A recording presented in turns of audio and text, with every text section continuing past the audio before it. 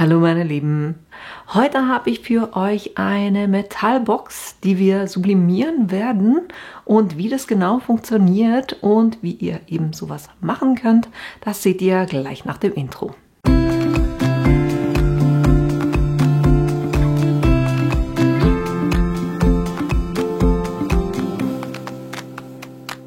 Für das heutige Video habe ich, wie gesagt, eine Metallbox. Jetzt denkt ihr euch vielleicht, wie soll ich denn eine Metallbox sublimieren? Das kriege ich ja nicht unter die Presse runter. Aber ihr presst dann natürlich nicht die ganze Box, sondern ihr habt hier so eine Metallplatte, einen Kleber, und dann könnt ihr das hier schön dann in die Ausbuchtung, die es hat, reinkleben. Ne? So funktioniert es. Und jetzt sehe ich schon, dass das hier... Das ist jeweils so ein Indikator. Also man merkt fast nicht, dass hier was drauf ist. Aber da ist tatsächlich eine Schutzfolie drauf, die ihr unbedingt abziehen müsst, weil sonst ja, wird es nichts mit sublimieren. Ne? Jetzt, um das Design zu machen, muss ich hier noch die Größe wissen. Und zwar sind das in der Höhe 7,8 und in der Breite sind es 19,9. Das notiere ich mir kurz und dann gucken wir uns an, wie ich das Design für diese Platte mache, damit wir da dann eben auch ein Geschenk haben, was man dann nach Weihnachten auch weiterverwenden kann. Für das Design bin ich auf Repic gegangen und habe hier nach Cute Christmas Animals gesucht. Da ein bisschen runtergescrollt und geguckt, ob es was dabei hat, was mir gefällt. Und ich finde den hier extrem cool. Weil es eben mal so ein bisschen was anderes ist als dieses Süße, ne? Und den lade ich mal runter. Und wenn ihr den heruntergeladen habt, dann solltet ihr in den Downloads hier einen ZIP-Ordner haben. Doppelklicken zum Aufmachen. Und ich arbeite normalerweise mit der EPS-Datei, weil ich mit dem Adobe Illustrator arbeite, aber ich nehme jetzt extra das JPEG, damit ihr auch diejenigen, die nicht mit dem Illustrator arbeiten, das verwenden können. Und das ist ganz einfach so ein Bild, ne? Halt ein JPEG-Bild. Jetzt gehe ich auf Canva und ich habe ein Abo bei Canva, deshalb kann ich hier meine eigenen Designs erstellen. Sage hier benutzerdefinierte Größe, und zwar will ich da in Millimeter eine A5-Seite haben. Das heißt, in der Breite soll das 21 cm sein und in der Höhe 14,8. So, Design erstellen. Dann haben wir hier diese Seite. Jetzt kann ich auf Uploads gehen und die Datei hochladen, die es denn sein soll.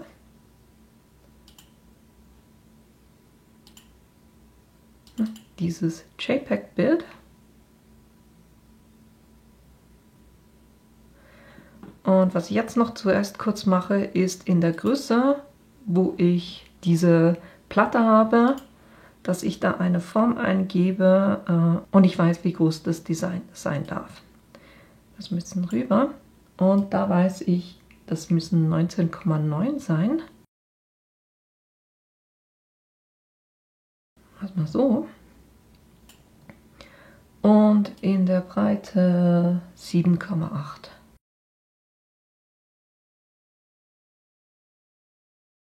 Aber so.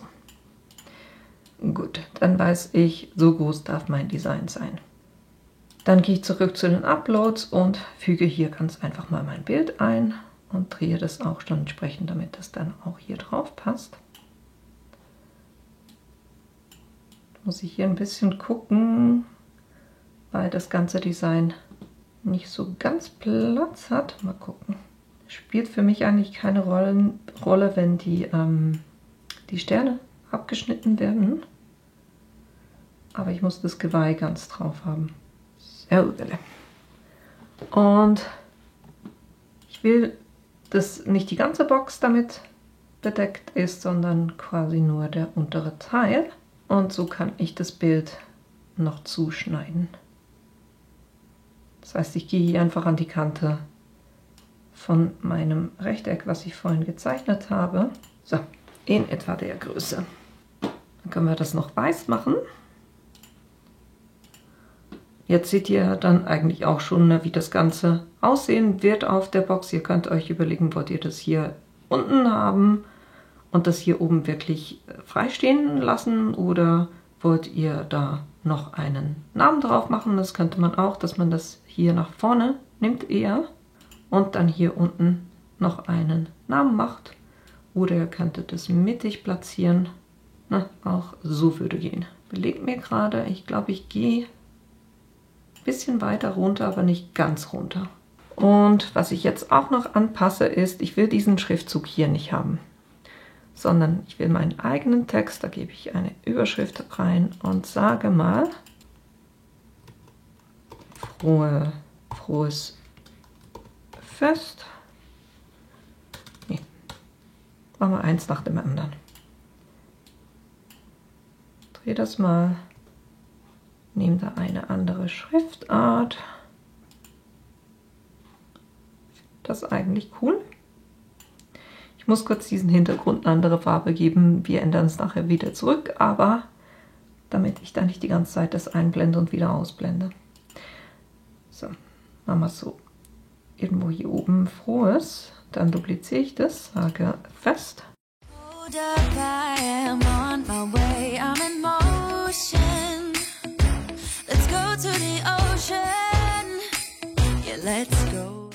So, sieht jetzt ein bisschen chaotisch aus, aber wir korrigieren das gleich. So, frohes Fest und einen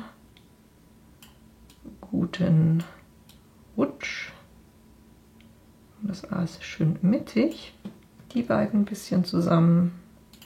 Hier ein bisschen Abstand. Und jetzt habe ich ja hier dieses Merry Christmas, was nicht dazu passt. Und da gehe ich ganz einfach auf die Elemente. Mache hier mal so einen Kreis rein. Passe den in der Form noch ein bisschen an. Weil ich glaube, ein Rechteck wäre eigentlich fast besser. Nehmen wir ein Rechteck. Und dann versuche ich hier einfach den Schriftzug abzudecken, aber nicht mehr als den Schriftzug, ne? So in dem Stil und das soll natürlich weiß sein. So.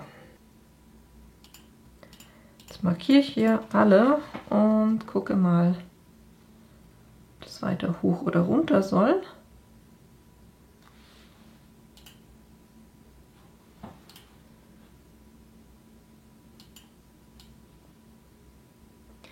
Ihr seht, ne, warum Designs bei mir immer so lange dauern, weil ich nicht wirklich eine Ahnung habe, wie es dann schlussendlich aussehen soll. Ich mache jetzt hier einfach mal eine Form rein, damit ich einen Hintergrund habe und sehe, was ich mache. Dann gebe ich hier die Farbe Weiß drauf.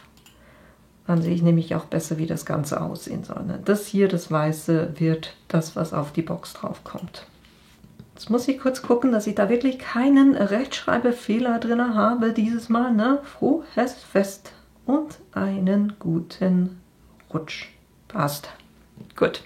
Das ist das, was ich will. Dann kann ich das hier hinten löschen und das Ganze eigentlich auch schon teilen. Das heißt, ich lade das herunter.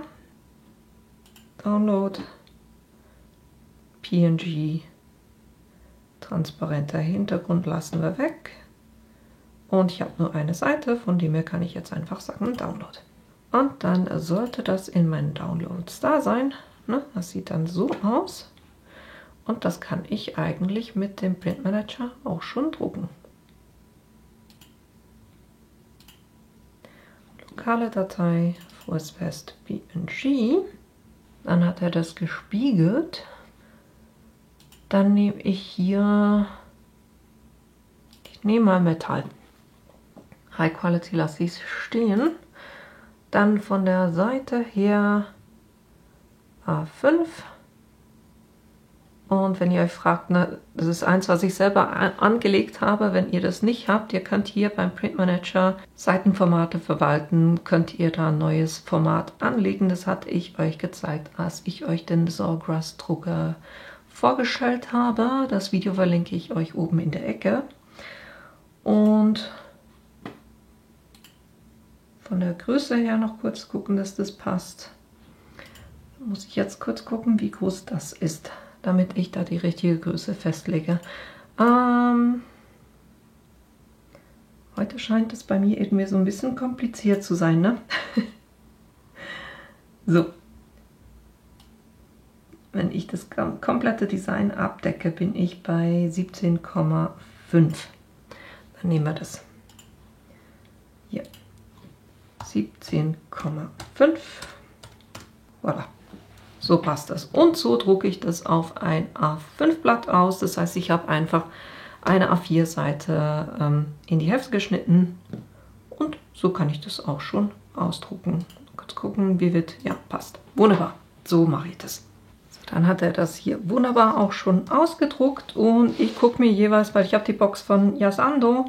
Und da gucke ich mir jeweils, was die sagen vom Pressen her. Hier sagen sie empfohlene Pressparameter 200 Grad für 70 Sekunden, Anpressdruck mittel und Papier unten.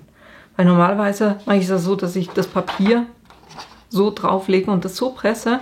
Hier steht aber Papier unten. Das heißt, wir werden das Metallteil so draufbringen und es dann auch so pressen. Und genau so machen wir das. Das heißt, ich nehme hier dieses Metallstück und da ich jetzt so nichts sehe, halte ich das kurz gegen das Licht, weil dann kann ich das auch wunderbar ausmitten, dass das dann auch stimmig ist. So, in dem Stil.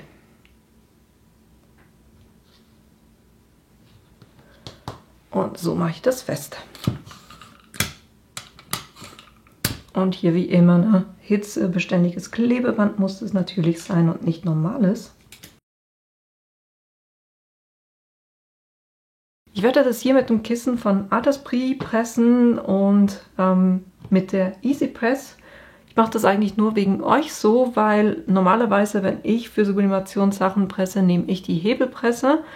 Finde ich ein bisschen ein zuverlässigeres Resultat.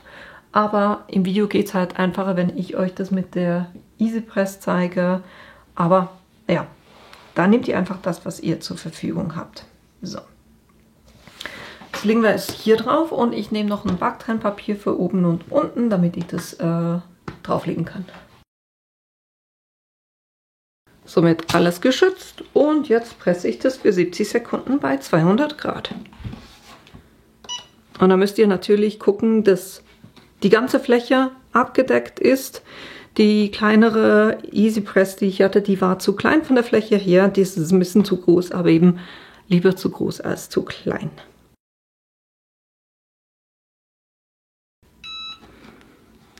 Passt das? Sie. Und jetzt zum Auskühlen lege ich das auf ein anderes Element, weil die hier extrem heiß ist. Und da kühlt es nicht so gut ab. Von dem her lege ich die hier kurz beiseite. Und so lassen wir das Ganze auskühlen, weil das Ding ist schon richtig schön heiß, ne? Es ist immer noch ein bisschen warm, aber ich versuche hier schon mal das zu lösen. Umzudrehen.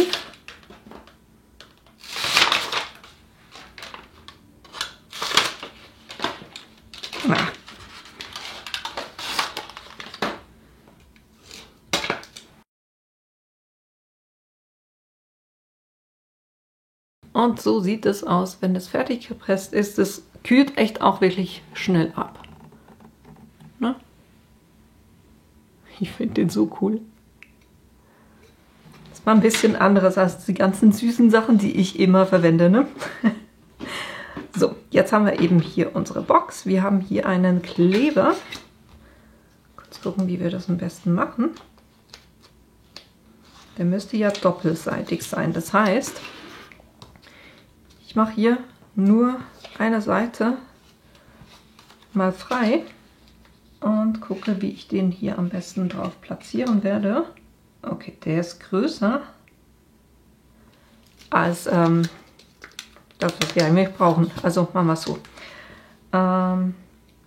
Ich lege den möglichst mittig und orientiere das Ganze mal von oben an der oberen Kante. Dann kann ich dann das, was übersteht, immer noch abschneiden.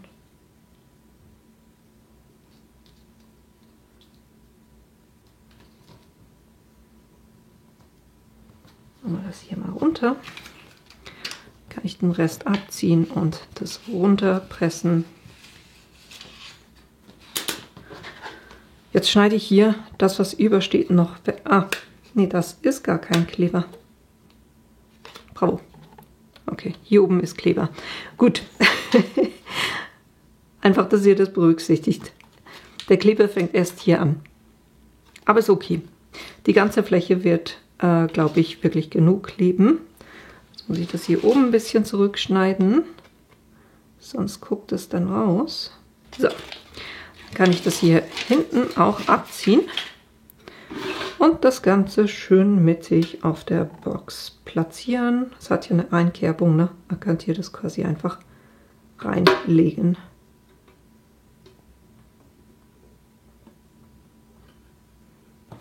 Und dann das Ganze festdrücken.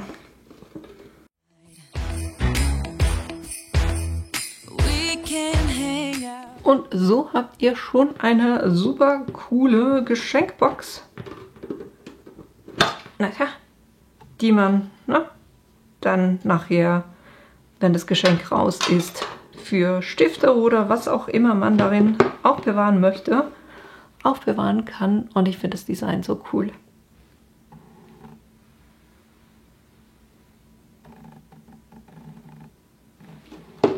Von dem her passt das, glaube ich, gut für Erwachsene und Teenageralter auch, ne? Also wenn ihr da zum Beispiel einen Gutschein macht und mit ein paar kleine Süßigkeiten rein, könnt ihr das wunderbar in so eine Box reinmachen, die dann eben weiterverwendet werden kann. Das war auch schon alles, was ich euch heute zeigen wollte. Ich hoffe, euch hat die Idee gefallen und ihr habt Lust, es selber auch nachzumachen. Und natürlich auch, dass ich euch in einem meiner nächsten Videos wiedersehe. Bis bald! We can hang out on the beach without freezing.